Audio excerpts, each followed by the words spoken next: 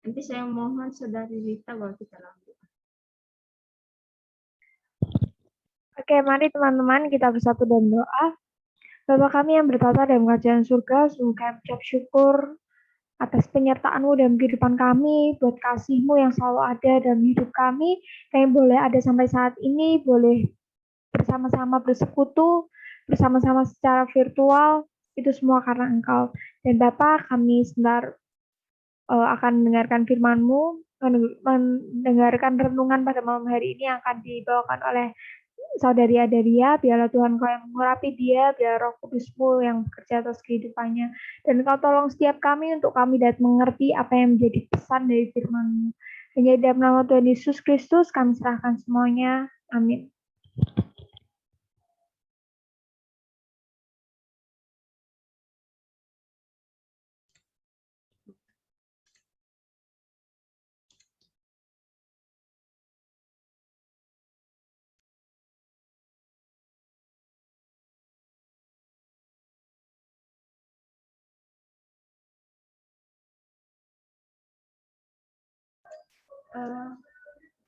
Apa bisa saya share screen? Ya, bisa. Balik, tolong balik.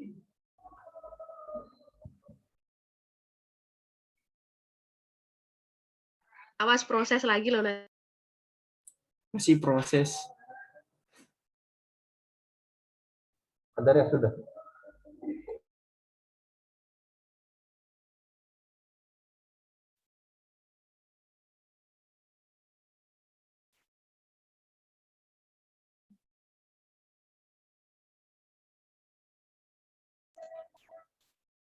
Oke, teman-teman.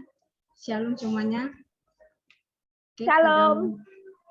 Pada malam hari Shalom. ini kita akan Shalom. merenungkan sebagian dari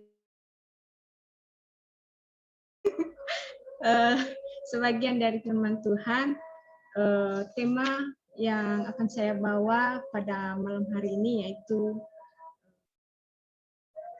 berhasil di dalam Tuhan. Sekali lagi tema yang kita renungkan pada malam hari ini yaitu berhasil di dalam Tuhan.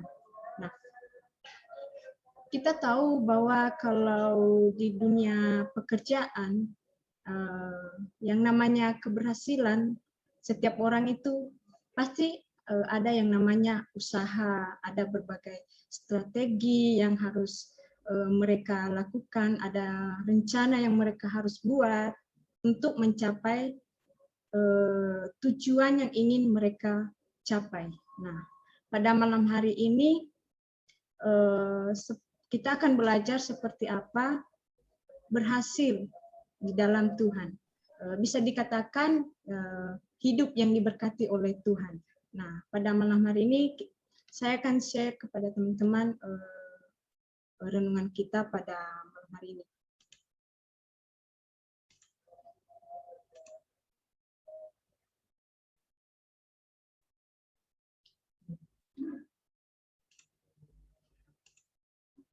Apakah share saya terlihat, teman-teman? Lihat. Oke. Nah, Jelas. Oke, pada malam hari ini kita belajar dari seorang tokoh di dalam Alkitab. Ya, mungkin tidak asing lagi bagi kita, sudah sering kita sudah tahu dan sering pun kita dengar, sering kita renungkan dalam kehidupan ketika kita dalam beribadah. Dan pada malam hari ini kita akan belajar bagaimana seorang yang di dalam Tuhan, dia di dalam perjalanannya kepada Tuhan dia berhasil, yaitu Yusuf. Kita akan sama-sama bagi teman-teman yang ada Alkitab, boleh kita buka Alkitab kita dalam kitab Kejadian.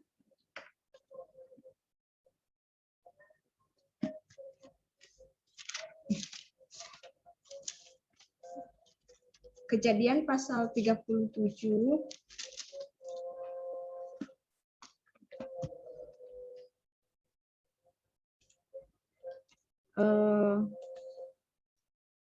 ini kita akan bahas bagaimana perjalanan Yusuf itu dari Kejadian 37 ayat 4 sampai pasal 45. Tapi memang banyak teman-teman, tapi nggak semua nanti kita bahas.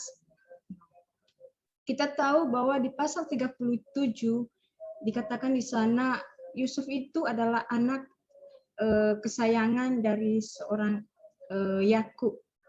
Nah, saya akan bacakan Kejadian 37 ayat 1 sampai 2. Nah, adapun Yakub, ia diam di negeri penumpangan ayahnya, yakni di tanah Kanaan. Inilah riwayat keturunan Yakub. Yusuf, tatkala berumur 17 tahun, jadi masih muda, biasa mengembalakan kambing domba bersama-sama dengan saudara-saudaranya, anak-anak Bilha dan Jilpa, kedua istri ayahnya. Dan Yusuf menyampaikan kepada ayahnya kabar tentang kejahatan saudara-saudaranya. Inilah profil seorang Yusuf, merupakan anak kesayangan dari ayahnya, dan dia masih muda, masih berumur 17 tahun. Wajar ya kalau anak yang ya bisa dibilang ya, kalau di dalam keluarga itu anak yang paling dikasih itu pasti anak yang terakhir, pasti anak yang paling bungsu. Nah, kita lihat di dalam kehidupan Yusuf, karena dia yang paling muda di antara saudara-saudaranya, dia disayang oleh ayahnya. Nah, bahkan pun kalau saudara-saudaranya buat kejahatan, dikatakan di situ ia akan menyampaikan kepada ayahnya, karena ayahnya ini sangat menyayangi anaknya ini. Nah, kita belajar bagaimana keberhasilan Yusuf di dalam kehidupannya. Yang kita pelajari yang pertama adalah ini. Yang pertama yaitu meskipun ia dibenci, ia taat. Nah, teman-teman, apa maksudnya? Di ayat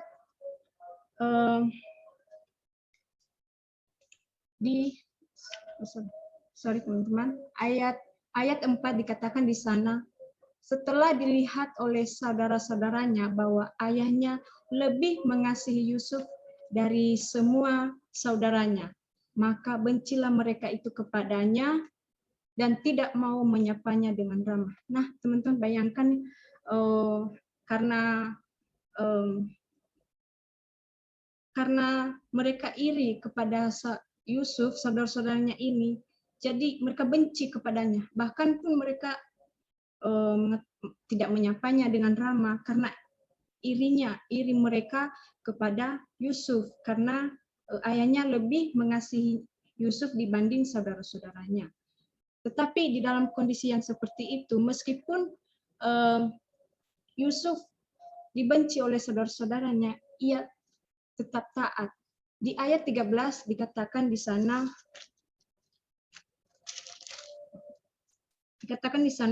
lalu Israel berkata kepada Yusuf, bukankah saudara-saudaramu menggembalakan kambing domba dekat Syekhem? Marilah engkau kusuruh kepada mereka, sahut Yusuf. Ya Bapa. Nah, teman-teman bayangkan ya teman-teman, ayahnya ini menyuruh Yusuf untuk menjumpai saudara-saudaranya. Pada waktu itu saudara-saudaranya pergi menggembalakan domba. Nah, bayangkan ya teman-teman, secara manusia kalau kalau ayahnya ini menyuruh Yusuf untuk melihat kondisi saudaranya, sedangkan saudara-saudaranya benci kepada dia, tetapi apa yang dilakukan Yusuf? Dia taat. Ketika ayahnya menyuruhnya untuk melihat saudaranya, dia berkata, dikatakan ayat 13, ya Bapa, jawabnya ya Bapa. Ya, kita bisa belajar bagaimana kehidupan Yusuf, meskipun ia dibenci oleh saudara-saudaranya, tetapi ia tetap taat. Ketika ayahnya menyuruhnya untuk melihat kondisi saudaranya, ia tetap taat. Ia melakukan apa yang disuruh oleh ayahnya. Hingga di ayat selanjutnya nanti kita melihat di ayat 37 ayat 20, di sana saudara-saudaranya ini merencanakan sesuatu yang jahat kepadanya. Nah, di ayat 20 dikatakan di sana, sekarang marilah kita bunuh dia dan kita lemparkan ke dalam salah satu sumur ini, lalu kita katakan seekor binatang buas telah menerkamnya, dan kita akan lihat nanti bagaimana jadinya mimpinya itu. Nah, teman-teman, saya lupa menjelaskan bahwa sebelumnya itu selain dia Yusuf ini dikasih oleh ayahnya, dia juga sampai menceritakan mimpinya kepada saudara-saudaranya. Maka di situ kita udah tahu, teman-teman, kita sudah belajar bagaimana ketika ia menceritakan mimpinya kepada saudara-saudaranya, sehingga saudara-saudaranya ini makin benci kepada dia. Sudah dikasih oleh ayahnya, terus dia menceritakan mimpinya lagi bahwa intinya mereka suatu saat nanti mereka yang akan sujud menyembah kepada dia, seolah-olah dia itu lebih tinggi dari saudara-saudaranya. Di situ saudara-saudaranya makin benci kepada dia, hingga di ayat 20 di sana mereka merencanakan untuk membunuh dia, tetapi karena Tuhan melindunginya dari maut, Tuhan melindungi dia dari kematian, hingga di ayat 21 ternyata, teman-teman, di ayat sebelumnya dikatakan bahwa semua saudara-saudaranya benci kepada dia, tetapi di ayat selanjutnya ternyata Tuhan itu punya Tuhan itu luar biasa ya.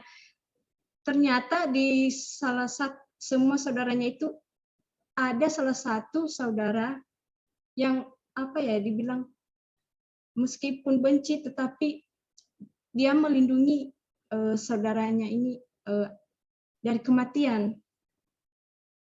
Sedangkan di ayat sebelumnya semua saudaranya sangat membenci dia, tetapi luar biasanya karena ketaatannya sehingga Tuhan melindungi dia dari rencana kematian. Hingga di ayat 21 dikatakan di sana, ketika Ruben mendengar hal ini, ia ingin melepaskan, di ayat 21, ia ingin melepaskan Yusuf dari tangan mereka, sebab itu katanya, janganlah kita bunuh dia.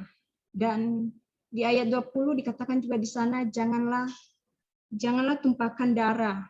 Di situ sudah saya warnai di sana, maksud di dalam Alkitab dijelaskan bahwa maksudnya itu hendak melepaskan Yusuf dari tangan mereka dan membawanya kembali kepada ayahnya. Nah, itulah kehidupan Yusuf, karena ketaatannya Tuhan melindunginya dari maut. Dan hal yang kita pelajari yang kedua yaitu takut akan Tuhan. Kita lanjut di pasal 39 ayat 8 dan 9. Di sana karena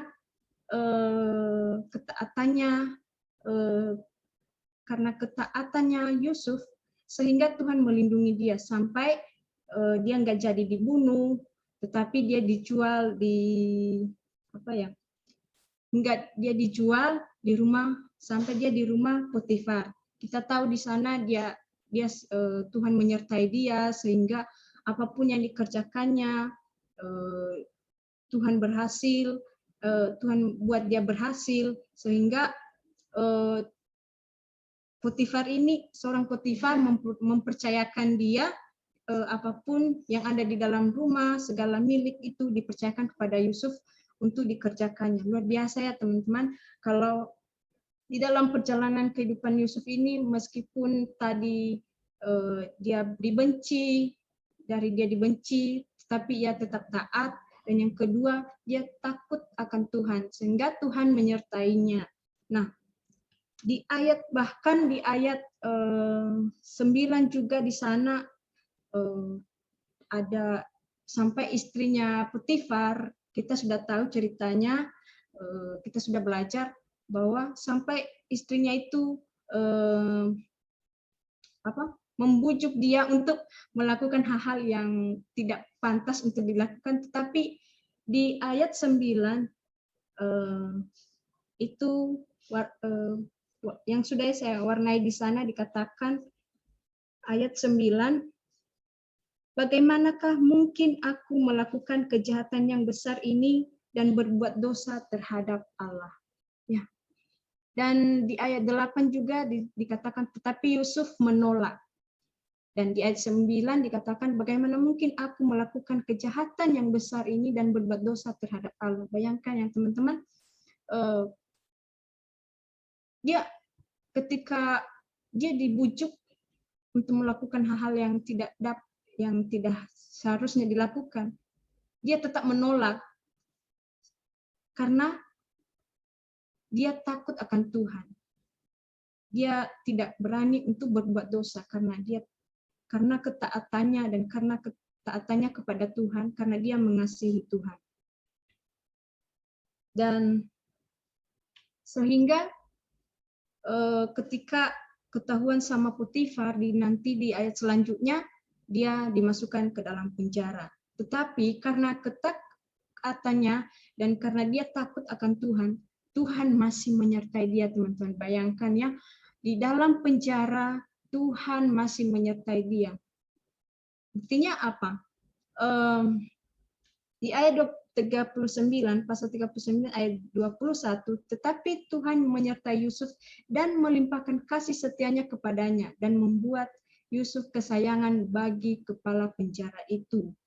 Nah, di ayat 22, sebab itu kepala penjara mempercayakan semua tahanan dalam penjara itu kepada Yusuf, dan segala pekerjaan yang harus dilakukan di situ, dialah yang mengurusnya. Di ayat 23, dan kepala penjara tidak mencampuri segala yang dipercayakannya kepada Yusuf, karena Tuhan menyertai dia, dan apa yang dikerjakannya dibuat Tuhan berhasil. Nah, teman-teman, bayangkan ya teman-teman, di dalam penjara pun Tuhan menyertai dia. Buktinya kepala penjara mempercayakan dia menggantikan dia menjadi kepala penjara di dalam itu. Bayangkan kalau orang lain yang menjadi kepala penjara di situ, mungkin di dalam penjara itu ada banyak orang tahanan di dalam itu. Mungkin dia diapa-apain, mungkin dia disakiti di situ. Tetapi karena penyertaan Tuhan kepadanya, dia dipercayakan sebagai kepala. Dia yang mengurus tahanan itu, sehingga siapapun di situ nggak ada yang berhak mengganggu dia, nggak ada yang berhak menyakiti dia. Semua apapun di dalam itu dia yang berkuasa. Ketaatannya dan juga karena takut akan Tuhan, Tuhan melindungi dia. Dan yang ketiga yaitu melayani dengan baik sesuai dengan karunia yang Tuhan berikan. Kita akan lihat lagi di pasal 40. Di sana di dalam penjara ada seorang juru minuman, juru roti yang sedang mereka bermimpi, tetapi mereka nggak mengerti apa arti mimpi itu sampai mereka cari tahu siapa orang yang bisa mengartikan mimpi mereka itu. Tetapi suatu saat di pasal di ayat 8 sampai mereka mengeluh, jawab mereka kepadanya, kami bermimpi tetapi tidak ada orang yang dapat mengartikannya. Lalu datanglah Yusuf, lalu kata Yusuf kepada mereka, bukankah Allah yang menerangkan arti mimpi? Ceritakanlah kiranya mimpi itu kepadaku. Nah, bayangkan teman-teman, luar biasanya Tuhan itu memberikan hikmat, Tuhan memberikan karunia kepada Yusuf, karunia kepada Yusuf untuk melayani. Jadi Tuhan itu memberikan hikmat karena ketaatannya, karena dia takut akan Tuhan, sehingga Tuhan memberikan karunia untuk mengartikan sebuah mimpi. Dan karunia yang Tuhan berikan itu, dia nggak menggunakan itu untuk kepentingan atau keuntungan dirinya, tetapi dia menggunakan itu untuk melayani setiap orang, sampai orang yang nggak tahu arti mimpinya, dia mengartikan itu. Sehingga karena dia melayani dengan karunia yang Tuhan berikan kepadanya, Tuhan membuat Yusuf berhasil. Sampai di pasal 41 pun Firaun juga mengalami hal yang sama seperti juru minuman dan juru roti ya. Sampai mereka karena melihat Firaun juga mengalami hal yang sama, mengalami mimpi tetapi tidak ada yang mengartikan, sehingga nanti juru minuman atau antara juru minuman dan roti itu memberitahukan bahwa ada yang bisa mengartikan mimpi, bahkan sehingga nanti mereka memberitahukan bahwa Yusuf lah yang dapat mengartikan mimpi itu, sehingga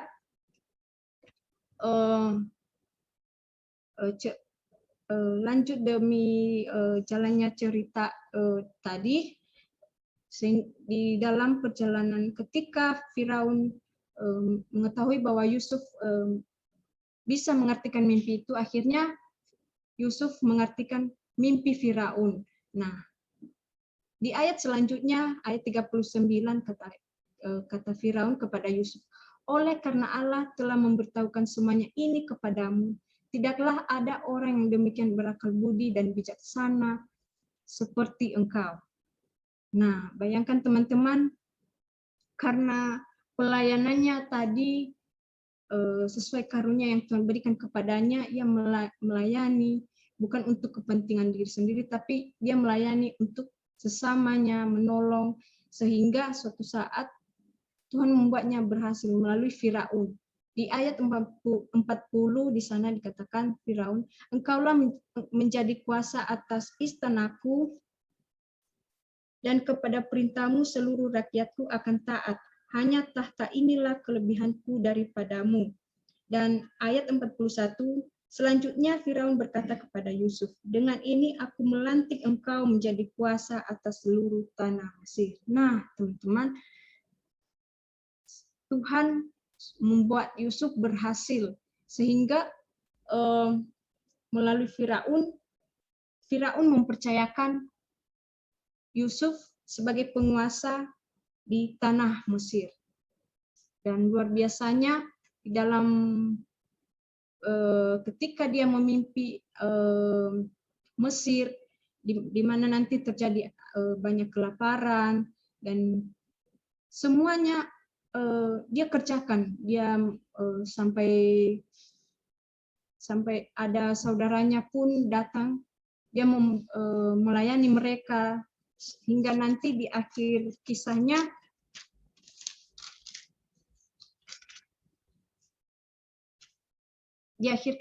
di ayat 40, di pasal 45, di situ finishnya di situ, karena keberhasilan Yusuf, dia dipercayakan sebagai penguasa di Mesir, sehingga sampai pun saudara-saudaranya dia di dalam masa kelaparan, dia menolong saudara-saudaranya, membekali mereka dengan makanan yang sudah dia simpan, dan sehingga di dalam kelaparan pun dia menolong orang-orang yang kesusahan. Nah, di ayat 45, dan hal yang kita pelajari yang keempat, yaitu berpikir untuk masa depan, tidak memandang buruk apa yang terjadi. Nah, teman-teman, mungkin ketika Yusuf memperkenalkan diri kepada saudara-saudaranya, ketika akhirnya mereka bertemu, sehingga saudara-saudaranya menyesal karena selama ini sudah menyakiti dia, tetapi apa yang dilakukan oleh Yusuf ketika mengalami hal kayak seperti itu, Di ayat pasal 45 ayat 5 dikatakan di sana, tetapi sekarang janganlah bersusah hati dan janganlah menyesali diri, karena kamu menjual aku ke sini, sebab untuk memelihara kehidupanlah Allah menyuruh aku mendahului kamu.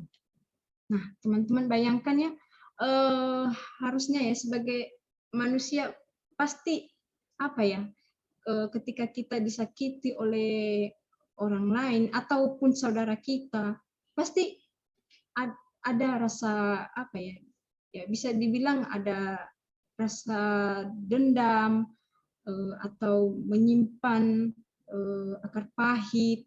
Tetapi Yusuf ini tidak berpikir seperti itu. Dia berpikir untuk masa depan. Dia menyatakan bahkan di ayat 7, maka Allah telah menyuruh aku mendahului kamu untuk menjamin kelanjutan keturunanmu di bumi ini. Nah, artinya di dalam apa yang dia alami, dia itu tidak memandang buruk apa yang terjadi di dalam kehidupannya. Dia nggak menyatakan, kenapa seperti ini? Kenapa sih kayak gini hidupku? Kenapa sih harus saya alami kayak gitu? Yusuf tidak seperti itu, tetapi dia berpikir untuk masa depan. Oh iya, apa yang saya alami ini, Tuhan punya rencana. Apa yang saya alami mungkin nggak sesuai dengan apa yang saya harapkan, tetapi di balik itu Tuhan punya rencana dalam kehidupan. Tuhan mengajarkan aku bagaimana sabar, menjalani proses hidup dengan takut akan Tuhan. Begitulah pikiran Yusuf. Dia nggak berpikir buruk tentang keadaan yang dia alami, tetapi dia berpikir untuk masa depan. Dia mengatakan bahwa Tuhan punya rencana apa yang terjadi dalam kehidupannya. Nah, pada malam hari ini kita sudah belajar bahwa ketika kita mau ingin berhasil di dalam Tuhan, hal yang kita pelajari yaitu yang bisa kita pelajari dari kehidupannya Yusuf, yang pertama yaitu dia tetap taat. Ketika ia disuruh sesuatu, selagi itu hal baik di dalam hidupnya, dia tetap taat. Dia tetap melakukan apa yang dia bisa lakukan, dia tetap taat. Dan yang kedua, dia takut akan Tuhan. Takut akan Tuhan, dia bukan takut kepada manusia, tetapi takut akan Tuhan. Mau ada orang, mau tidak ada orang, dia tetap takut. Yang namanya kalau dia melihat itu buruk atau itu jahat atau itu merupakan dosa di hadapan Tuhan, dia akan takut akan Tuhan. Dia pasti nggak berani melakukan yang tidak patut di mata Tuhan. Dan yang ketiga yaitu hidup yang melayani.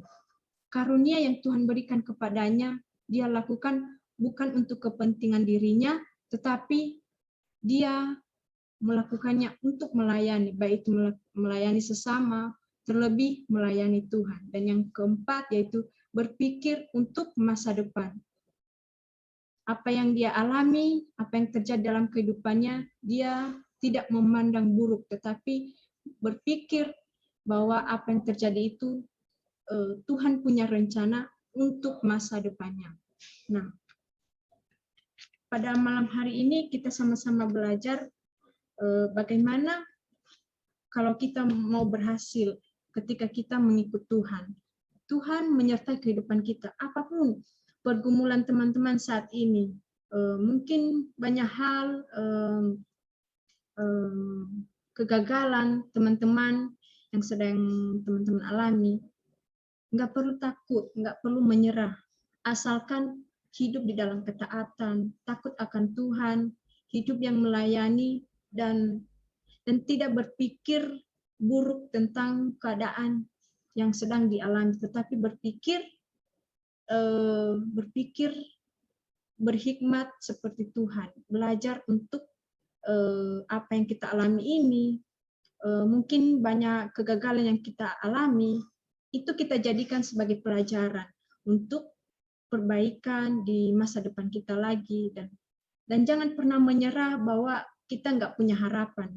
Di dalam kegagalan kita bisa belajar bahwa kita masih punya kesempatan. Tuhan masih memberikan kesempatan kepada kita bahwa kita nggak, meskipun kita jatuh, Tuhan masih menolong kita asalkan kita mau berbalik kepada Dia. Asalkan kita hidup taat, takut akan Tuhan, mau melayani Dia dengan sungguh-sungguh, dan berpikir yang baik untuk masa depan. Demikianlah renungan kita pada malam hari ini.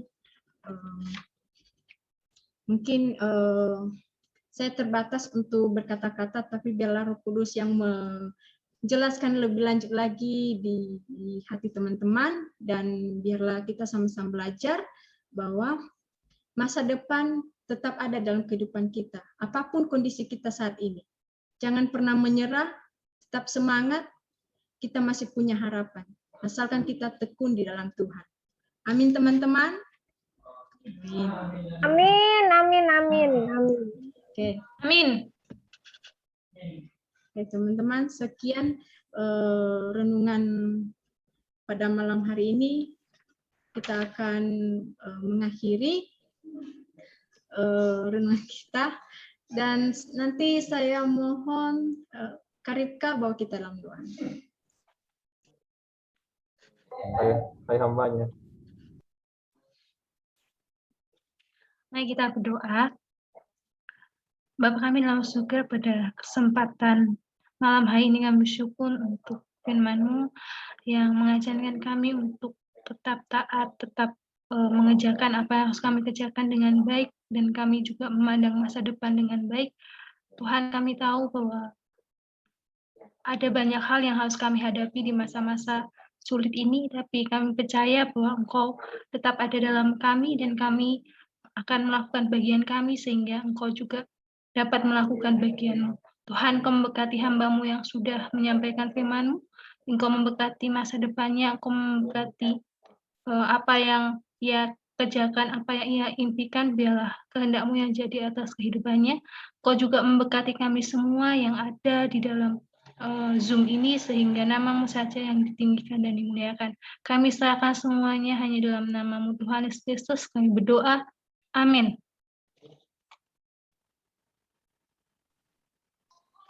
Thank you, Adaria.